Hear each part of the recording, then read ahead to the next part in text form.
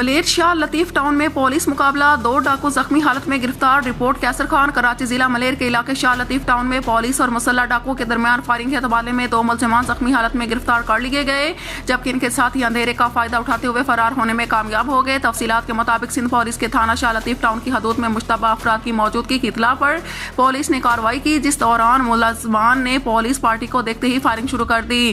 Police کی جانب سے جوابی فائرنگ کی گئی، جس کے نتیجے میں 2 ملزمان زخمی ہو گئے۔ گرفتار زخمی ملزمان کی شناخت نیاز احمد اور عباس کے نام سے ہوئی۔ پولیس کے مطابق ملزمان شہریوں سے لوٹ مار کی نیت سے علاقے میں گشت کر رہے تھے۔ پولیس نے زخمی ملزمان کے قبضے سے 2 عدد غیر قانونی اسلحہ بما ایمونیشن، 1 عدد موٹر سائیکل، موبائل فون، نقدی رقم برآمد کر لی ہے۔ زخمی ملزمان کو فوری طبی امداد کے لیے ہسپتال منتقل کر دیا گیا ہے، جبکہ ان کا کرمنل ریکارڈ مختلف تھانوں سے چیک کیا جا رہا ہے۔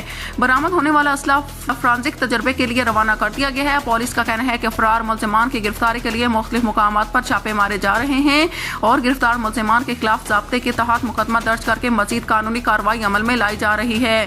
ترجمان ایس ایس پی ملیر نے بتایا کہ ضلع بھر میں جرائم پیشہ عناصر کے خلاف کارروائیاں بلا تفریق جاری رہیں گی۔